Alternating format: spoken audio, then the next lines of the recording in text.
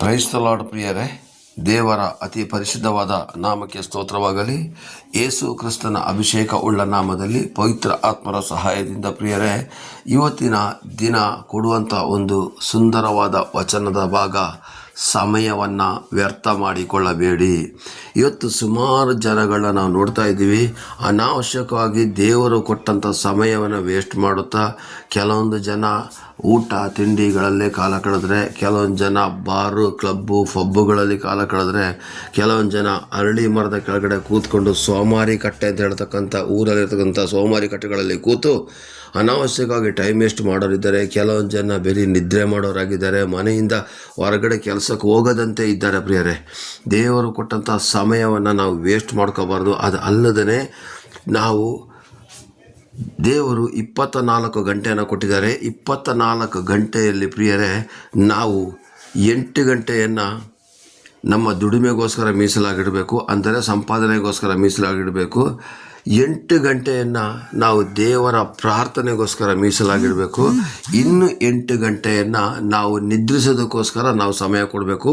8 3 24 ಅಂದರೆ 8 3 24 ಅಂದರೆ 8 ಗಂಟೆಯನ್ನು 3 ಭಾಗವಾಗಿ ಮಾಡಿದ್ರೆ ಒಂದು ದಿನ 24 ಗಂಟೆ ಆಗ್ತದೆ. ಪ್ರಿಯರೇ, ಇವತ್ತು ಏನಾಗ್ತದೆ, ಸಮಯನ ಯಾವುದ್ಯಾವುದಕ್ಕೂ ಅನಾವಶ್ಯಕವಾಗಿ ವ್ಯರ್ಥ ಮಾಡಿಕೊಂಡು ದೇವರ ಒಂದು ಕೃಪೆಯನ್ನು ಕಳ್ಕೊಳ್ತಾ ಇದ್ದೀವಿ. ಪ್ರಿಯರೇ, ಓಟಿ ಮೇಲೆ ಓಟಿ, ಡ್ಯೂಟಿ ಮೇಲೆ ಡ್ಯೂಟಿ ಮಾಡೋದ್ರ ಮೂಲಕ ಶರೀರವನ್ನು ಸಾಯಿಸಿಕೊಂಡು ವಯಸ್ಸಾದ ಮೇಲೆ ಬರಬಾರ್ದ ರೋಗ ಬಂದ್ಕೊಂಡು ಒದ್ದಾಡ್ತಿರೋಂಥ ಜನಗಳು ಎಷ್ಟೋ ಇದ್ದಾರೆ. ಪ್ರಿಯರೇ ನೋಡಿ, ನಿಮಗೆ ಅಂತ ದೇವರು ಕೊಟ್ಟಂಥ ಅಮೂಲ್ಯವಾದ ಸಮಯವನ್ನು ವ್ಯರ್ಥ ಮಾಡಿಕೊಳ್ಳದಂತೆ ನಾವು ಅದರಲ್ಲಿ ನಡೀಲಿಕ್ಕೆ ಪ್ರಯತ್ನ ಪಡಬೇಕು. ಪ್ರಿಯರೇ, ಅದಕ್ಕೆ ಎಫೆಸ 5ನೇ ಅಧ್ಯಾಯ 15, 16 ಮತ್ತು 17ರಲ್ಲಿ ಬರೆದಿದೆ.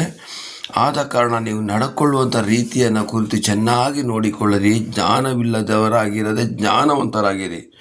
16ನೇ ವಾಕ್ಯ, ಈ ದಿನಗಳು ಕೆಟ್ಟವುಗಳಾಗಿವೆ, ಆದ್ದರಿಂದ ಕಾಲವನ್ನು ಸುಮ್ಮನೆ ಕಳಕೊಳ್ಳದೆ ಅದನ್ನು ಬೆಲೆ ಉಳ್ಳದೆಂದು ಉಪಯೋಗಿಸಿಕೊಳ್ಳಿರಿ ಮತ್ತು ಬುದ್ಧಿಹೀನರಾಗಿ ನಡೆಯದೆ ಕರ್ತನ ಚಿತ್ತವೇನೆಂಬುದನ್ನು ವಿಚಾರಿಸಿ ತಿಳಿದವರಾಗಿರಿ ಅಂತ ಸ್ವಾಮಿ ಇಲ್ಲಿ ಹೇಳ್ತಿದ್ದಾರೆ. ಪ್ರಿಯರೇ, ಇವತ್ತು ನೋಡಿ, ನಾವು ನಡ್ಕೊಳ್ಳೋಂಥ ರೀತಿ ಯಾವ ಥರ ಇದೆ, ನಮ್ಮ ಸಮಯನ ನಾವು ಎಷ್ಟು ವೇಸ್ಟ್ ಮಾಡ್ತಾ ಇದ್ದೀವಿ. ಕಂಡವ್ರ ಜೊತೆ ಮಾತಾಡ್ಕೊಂಡು ಸಮಯ ವೇಸ್ಟ್ ಮಾಡ್ತಾ ಇದ್ದೀವ, ಪಕ್ಕದ ಮನೇಲಿ ಹರಟೆ ಹೊಡ್ಕೊಂಡು ವೇಸ್ಟ್ ಮಾಡ್ತಾ ಇದ್ದೀವ, ಟಿ ವಿಗಳನ್ನು ನೋಡ್ಕೊಂಡು ವೇಸ್ಟ್ ಮಾಡ್ತಾ ಇದ್ದೀವ. ನೋಡಿ ಪ್ರಿಯರೇ, ದೇವರ ಸಮಯವನ್ನು ದೇವರಿಗೆ ಕೊಡಿರಿ, ಮನುಷ್ಯರ ಸಮಯವನ್ನು ಮನಸ್ಸದಾಗಬೇಕು. ಇವತ್ತು ಏನಾಗ್ತದೆ ಅಂದರೆ, ದೇವರ ಪ್ರಾರ್ಥನೆಗೆ ಸಮಯ ಇಲ್ಲ. ಒಂದು ತಿಳ್ಕೊಳ್ಳಿ ಪ್ರಿಯರೇ, ಎಲ್ಲ ಕೆಲಸವನ್ನು ಮಾಡಲಿಕ್ಕೆ ಮನುಷ್ಯನಿಗೆ ಸಮಯ ಇದೆ, ಆದರೆ ದೇವರ ಪ್ರಾರ್ಥನೆ ಮಾಡೋದಕ್ಕೆ ಮಾತ್ರ ಟೈಮ್ ಇಲ್ಲ. ಪಾಸ್ಟ್ರೆ, ಟೈಮ್ ಇಲ್ಲ. ಸಭಾಪಾಲಕರೇ, ಟೈಮ್ ಇಲ್ಲ. ಸೇವಕರೇ ಅಂತ ಹೇಳೋ ಜನಗಳೇ ತುಂಬ ಇರೋದು. ಊಟ ಮಾಡಲಿಕ್ಕೆ ಟೈಮ್ ಇದೆ, ನಿದ್ರೆ ಮಾಡಲಿಕ್ಕೆ ಟೈಮ್ ಇದೆ, ಜಗಳ ಆಡಲಿಕ್ಕೆ ಟೈಮ್ ಇದೆ, ಟಿ ವಿ ನೋಡೋಕ್ಕೆ ಟೈಮ್ ಇದೆ, ಮೊಬೈಲ್ ನೋಡೋಕ್ಕೆ ಟೈಮ್ ಇದೆ, ಪ್ರಾರ್ಥನೆ ಮಾಡೋಕ್ಕೆ ಸಮಯ ಇಲ್ಲ. ಇವತ್ತು ತುಂಬ ಮನೆಗಳಲ್ಲಿ ಕೇಳಿ ಬರೋದ ಮಾತು, ಪ್ರಾರ್ಥನೆ ಮಾಡೋದೇ ತುಂಬ ಟೈಮ್ ಆಗೋಯ್ತು, ಪ್ರಾರ್ಥನೆ ಮಾಡೋದೇ ತುಂಬ ಟೈಮ್ ಆಗೋಯ್ತು. ಇಲ್ಲ ಪ್ರಿಯರೇ,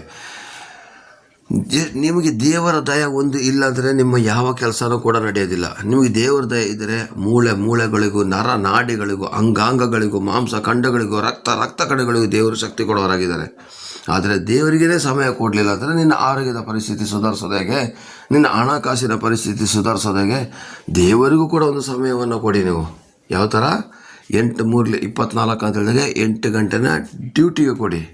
8 ಗಂಟೆನ ದೇವರ ಪ್ರಾರ್ಥನೆ ಆರಾಧನೆ ಕಾಲ ಕಳೀರಿ. ದಿನದ 8 ಗಂಟೆ ಕೂತ್ಕೊಂಡು 8 ಗಂಟೆನೇ ಮಾಡಬೇಕು ಅಂತ ಹೇಳ್ತಾ ಇಲ್ಲ. ಕೆಲಸ ಮಾಡೋ ಜಾಗದಲ್ಲೂ ಒಂದು 10 ನಿಮಿಷ ಪ್ರಾರ್ಥನೆ ಮಾಡ್ಕೊಳ್ಳೋದು, ಈಗೆಲ್ಲ ಮಾಡಿದ್ರು ಸಾಕು. ಒಟ್ಟಾರೆ ದಿನದಲ್ಲಿ ಒಂದು 8 ಗಂಟೆನಾದರೂ ಪ್ರಾರ್ಥನೆ ಮಾಡಬೇಕು, ಒಬ್ಬ ನಿಜವಾದಂಥ ಒಬ್ಬ ಕ್ರೈಸ್ತ ಭಕ್ತನಾಗಿದ್ದರೆ. ಹಾಗೆಯೇ ಇನ್ನು 8 ಗಂಟೆ ನಿದ್ರೆ ಮಾಡಲಿಕ್ಕೆ ಅವಕಾಶ ಕೊಡಿ.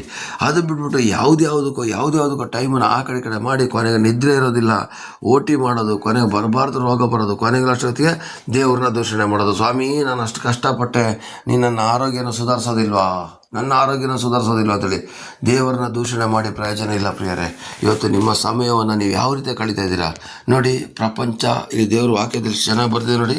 ಆದ ಕಾರಣ ನೀವು ನಡೆದುಕೊಳ್ಳೋ ರೀತಿಯನ್ನು ಚೆನ್ನಾಗಿ ನೋಡಿಕೊಳ್ಳ್ರಿ, ಜ್ಞಾನವಂತರಾಗಿರಿ. ಈ ದಿನಗಳು ಕೆಟ್ಟವುಗಳಾಗಿದೆ. ಎಂಥ ಕೆಟ್ಟ ಕಾಲ ಅಂದರೆ, ಈಗ ಯೌವನಸ್ಥ ಮಕ್ಕಳು ಕುಡಿತದ ಚಟದಿಂದ, ಅನ್ಸಪಾನಪರ ಚಟದಿಂದ ಬರಬಾರ್ದ ರೋಗ ಬಂದು ಸಾಯ್ತಾ ಇದ್ದಾರೆ. ಪ್ರಿಯರೇ, ಹೆಣ್ಣು ಮಕ್ಕಳಂತೂ ವೈಭಿಚಾರ, ಕ್ಲಬ್ಬು ಪಬ್ಬುಗಳಲ್ಲಿ ಯೌವನಸ್ಥ ಮಕ್ಕಳದೇ ಅವಳಿ. ಯೌವನಸ್ಥ ಮಕ್ಕಳಿದೆ, ತಂದೆ ತಾಯಿಗಳ ಕಣ್ಣು ತಪ್ಪಿಸ್ತಾರೆ, ಆಡಬಾರ್ದು ಆಟ ಆಡ್ತಾರೆ, ಬರಬಾರ್ದು ರೋಗ ಮಾಡ್ಕೊಳ್ತಾರೆ, ಇಲ್ಲ ನೇಣು ಹಾಕ್ಕೊಳ್ತಾರೆ, ಆತ್ಮಹತ್ಯೆ ಮಾಡ್ಕೊಳ್ತಾರೆ.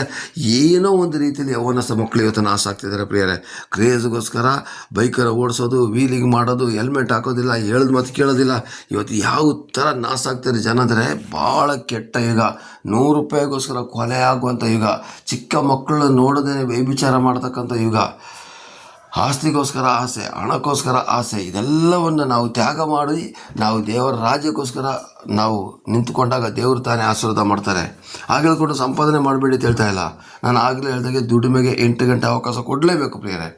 ಬಾಕಿ ಇರೋಂಥ ಸಮಯವನ್ನು ಅಮೂಲ್ಯವಾಗಿ ಕಳೆದು ದೇವರ ರಾಜ್ಯನ ಮಹಿಮೆಪಡಿಸಬೇಕು. ಯಾಕೆಂದರೆ ದೇವರು ಅಂತ ಹೇಳ್ತಕ್ಕಂಥ ಒಂದು ಶಕ್ತಿ ಇಲ್ಲಾಂದರೆ ನಮ್ಮ ಕೈಯಿಂದ ಏನೂ ಮಾಡ್ಕೊಳಕ್ಕಾಗೋದಿಲ್ಲ.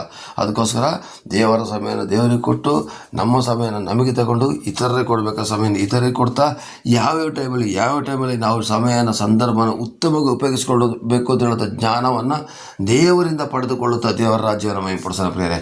ದೇವರನ್ನ ಕೇಳಿ ಇವತ್ತು, ಅಪ್ಪ ನನ್ನ ಒಂದೊಂದು ನಿಮಿಷನೂ ಕೂಡ ವೇಸ್ಟ್ ಆಗಬಾರ್ದು ಸ್ವಾಮಿ, ಆ ರೀತಿಯಾಗಿ ನನ್ನ ನಡೆಸಿಕೊಡು ಸ್ವಾಮಿ ಅಂತ ಕೇಳಿದಾಗ ದೇವರು ಯಾವ ರೀತಿ ಪ್ರಾರ್ಥನೆ ಮಾಡಬೇಕು, ಯಾವ ರೀತಿ ಆರಾಧನೆ ಮಾಡಬೇಕು, ಯಾವ ರೀತಿ ಇತರ ಜನಗಳ ಜೊತೆ ನಡಿಬೇಕು, ಕೆಲಸದ ಜಾಗದಲ್ಲಿ ಯಾವ ಥರ ಇರಬೇಕು ತಿಳಿದ ಜ್ಞಾನವನ್ನು ದೇವರು ಕೊಡ್ತಾರೆ ಪ್ರಿಯರೇ. ದೇವರು ನಿಮ್ಮನ್ನು ಆಶೀರ್ವದಿಸಲಿ, ಕೃಪೆಯಿಂದ ನಡೆಸಲಿ. ಆಮೀನ್, ಆಮೀನ್, ಆಮೀನ್. ಪ್ರೈಸ್ ದ ಲಾರ್ಡ್ ಪ್ರಿಯರೇ. ಆಮೀನ್, ಆಮೀನ್, ಆಮೀನ್.